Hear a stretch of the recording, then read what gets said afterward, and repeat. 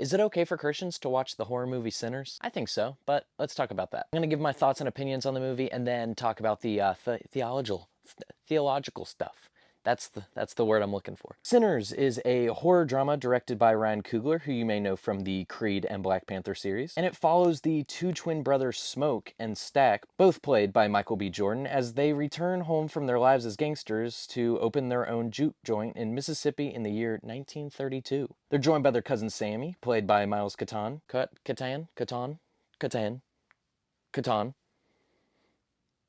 in his debut role, who appears to have a powerful and rare gift when it comes to music. Sammy seems to be more focused on his music rather than his relationship with God, to his father's disappointment. To sum up my thoughts on this movie, I'd say that it is a powerful story with the subtext of religion, racism, and the spiritual power of music. One of my favorite movies of 2025 so far, as well as one of my favorite horror movies of late. One of my favorite surprises of this movie was how good the music is. The way it portrays music as something that transcends time in this film is visually stunning. Performances-wise, in this movie, everybody is on top of their game. Michael B. Jordan is able to make each of the two twins feel like they are two completely different people with contrasting personalities in a lot of ways. Their relationship with each other and their cousin is very well written, and it feels like they are really related. Jack O'Connell as Remick is also a standout villain in recent horror movies. He is a perfect blend of evil and charm. The standout of this movie is Michael Caton. He absolutely kills it, and I cannot wait to see him in future movies. Overall, I think this movie is really powerful and really great. It has great action, it's super creative. I'd give it an 8 out of 10. But on to the part of this video: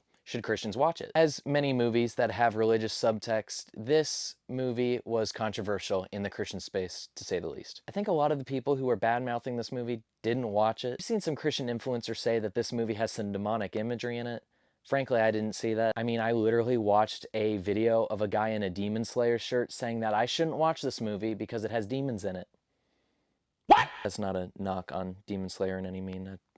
It's Mugen Train's one of my favorite arcs of all time. Don't get mad at me. This is a vampire movie. A goofy, singing and Irish jig dancing vampire movie. There aren't any demons in this movie. It's vampires. There's a difference. Sammy's father, who is a pastor, does say, "You keep dancing with the devil.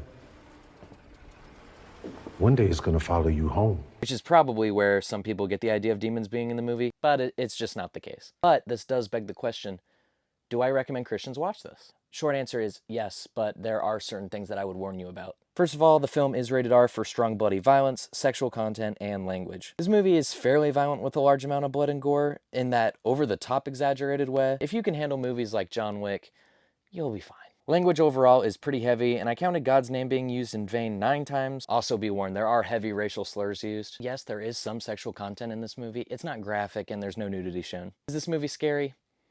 No. But I'd be a liar if I told you both times I saw this, both in the theater and streaming, the first jump scare, it did get me.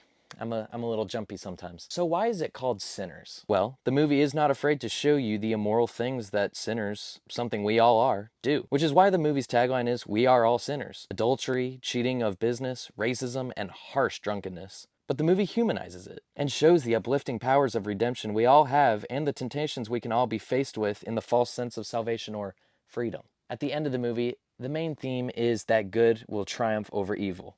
The sun rises, and the villain is defeated. The darkness couldn't hide from the rising of the sun. I think that that is a very powerful and important message for people to see. I highly recommend, if you haven't seen Sinners yet and you're interested, you give it a shot. It's now streaming on Max and available on video on demand. I'm not sponsored, but I will gladly tell you guys where something's at. If you have seen the movie, definitely let me know in the comments what you think about it. And if you have any other movies that you'd like me to cover, let me know. Just a reminder, if you do not agree with this take, that's okay. At the end of the day, we all have different opinions. Just remember to treat people fairly, love God, and love people.